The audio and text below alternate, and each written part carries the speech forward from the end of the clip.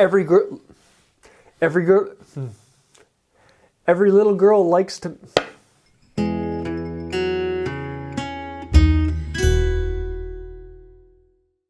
Hey y'all, I'm James Wright and welcome to my shop. Today we are making a jewelry box. Now this is a collaboration with Opa's Workshop, a channel that I've worked with in the past.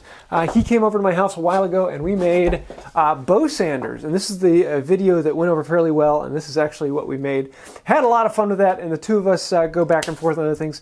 And he came up to me with the idea of, hey, let's make a jewelry box for your daughter's birthday. And my daughter's birthday was this last Saturday. And so I'm going to be giving this to her because now it's before last Saturday. And so you'll actually see her review on it. But this is a flocked inside. He made the box. If you want to see his video on that, I did the carving, the finishing, and the flocking inside. And it's a really cool project, and I hope my daughter likes it. So let's dive in and look at how it's done. So for this, I'm going to be doing the carving, as all of the construction itself has been done. You can go over to Opa's shop and see that. But the carving on this is going to be a lot of fun. I'm going to do a couple different things on here. I'm going to start by using a glue stick to apply the glue to both the wood and the paper.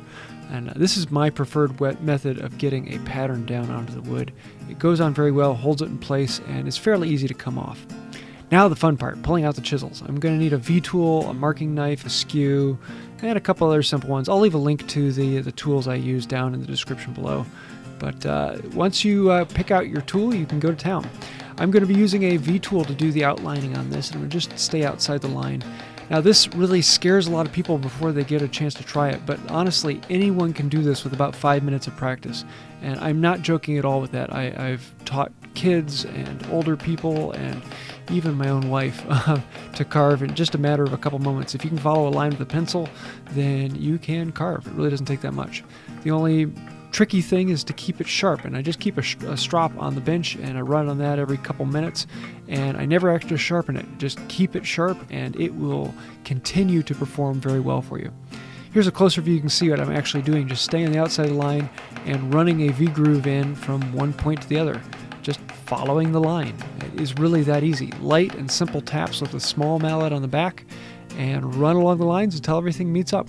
And you've carved. 90% of the simple carving I do is just done this way with just about any particular pattern. It's the first step in most carving anyways, even if you're going to go into greater detail. Now in this one I want to kind of do a little bit of relief work and remove the pieces that are inside the carving. And to do this I'm going to use a simple bench chisel as well as a skew chisel, and I'm working with the grain here. Actually I'm working against the grain at this particular moment because of the direction I have to go. Again, light simple taps give you far more control than just pushing, that way you don't push right past your line. And we just want to come in and clean out this, smooth out the surface in between. With the bench chisel, I'm going to use it bevel down and work along this. You can see how I'm just kind of paring along here, taking light passes, making sure the chisel is sharp, and you can clean this out rather quickly. And if you take your time, you can get a nice and smooth surface in the bottom that is finished ready right off the chisel. The only issue is if I don't cut quite deep enough with the V, you see all this extra junk in here. I can come in with the marking knife and clean that out. And in this case, I'm using a slightly curved carving knife that just makes it a little easier to come in along these lines and define the bottom of that groove. Just makes it pop out a little bit more to the eye. And so I'm often going to come in and clean up anything with the knife. Now for the outside of this, I want to actually kind of do this light flare. So I'm going to be using a small gouge here. I could use the V-tool to do the same thing, but I kind of like the lightly rounded gouge look. Come back about 1/4 inch to 3/8 or so and run all these tiny little gouges around into that V-groove that I created earlier. Then I can come back in with the marking knife, clean off the excess from that, and I've got a really nice clean outside edge, and it provides a bit of contrast to the design. I like how this comes out, and it's one of my favorite ways of just kind of punching a design if I want it to be the only thing on there. Then I'm going to use the card scraper and clean off the pattern. It really comes off very quickly and easily, and I don't know why this particular maneuver scares a lot of people, but usually the next thing we're going to need to do is smooth off the surface, and the card scraper is a fantastic tool for that, as it will clean up all the edges. You can get very detailed and hit one small spot or any other spot, and you're ready for finish. I'm going to give a complete smoothing to the whole surface, and that's about it for the simple carving. On the back of this, I wanted to actually put her name into it, and so I have that in a cursive font. This is my first time trying it with this, and it was far easier than I expected it to be. I was expecting with these tight curls and running around in circles that I was going to have problems, but I found as long as the V-tool was sharp and I took my time and just slowly worked my way around this, you can see how I'll kind of move around the box with my body so that I'm always aiming in the right direction, and it goes really quickly. It took me only about 4 or 5 minutes or so to carve out this whole section on the back. It went very smoothly, and I am very happy with how it came out. My wife actually thought I took it to a CNC unit at the maker shop, and she was surprised that I actually did it by hand, so I guess that's a good thing. The next thing I want to do is actually get into the finish work, and as this is oak, I'm going to be using boiled linseed oil. Now, I'm not going to be using this as the primary finish on this because I do want more protection than boiled linseed oil and paste wax can provide. But in this case, I want to use the boiled linseed oil, bring out that oak color. Really, there's nothing else out there that can bring out that color. That's absolutely amazing. I'm going to let it sit on there. I'm going to put it on all surfaces, inside and outside, and then wipe it off with a rag. This will allow me to then put on the protective finish, but still get that color that I want deep in the wood. For the finish, I decided to use a shellac. This is a 2-pound cut, and I just apply it with a brush. It is a very fast finish. It goes on fairly quickly, and you can apply several of them very quickly.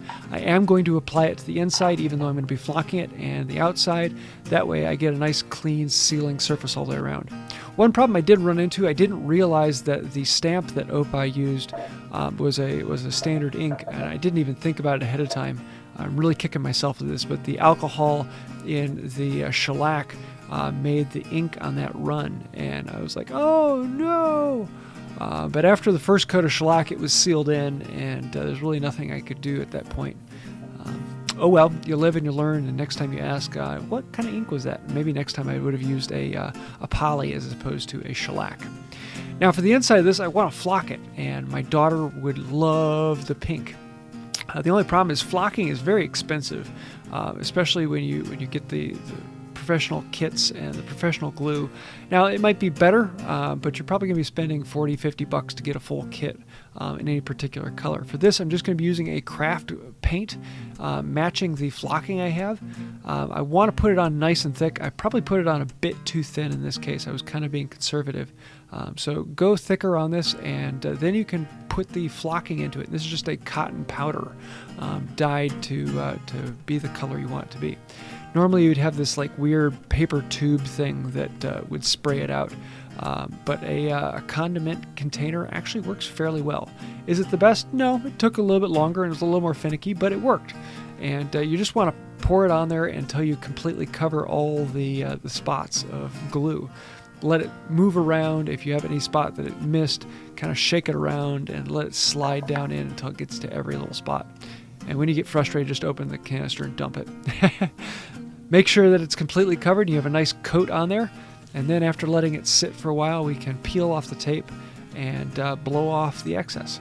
Or vacuum off the excess, I guess would be better. But I blew it and it got all over my bench. And now my bench is pink and oops. But the flocking really came out nicely. A good clean surface on the inside, and my daughter loves it. Next thing is putting the hardware in. Opah provided this, and it's just a couple screws. He put a penny on for the latch, and then the last thing I need to do is put my stamp on it, put the feet on the bottom, and it is ready to give to my daughter. So for her 8th birthday, we give it to her. What is it? What's the year on that penny?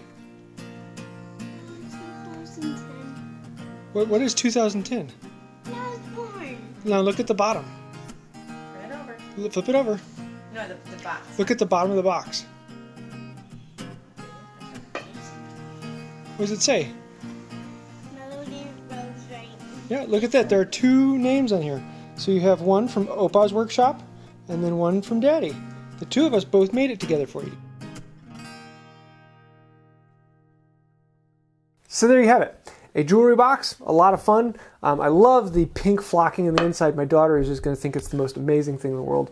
I know if this was for someone else, it probably wouldn't be bright pink, maybe red or a burgundy or a black. And you can get different ways to do it. I actually have a video coming out soon on how do you actually flock a box cheaply, and we'll be looking at that a little bit closer. But I am happy with how this came out, and I hope my daughter is too. So there you have it. This was a lot of fun. If you'd like to see the other half of how the box itself was made, you can see that over on Opa's workshop, and he goes into making the box itself. I'll have a link to that down below, as well as all of the tools and supplies I used in building this. So I hope you enjoyed this. I do want to say thank you to the patrons on Patreon. You guys are the reason why I can keep doing videos like this. If you like this channel and would like to help out with that, Patreon is the way to do it. If you want to find out more about that, right down there. Also, you can like, subscribe, and share. That really does help out the channel. That's about it for today. Until next time, have a wonderful day.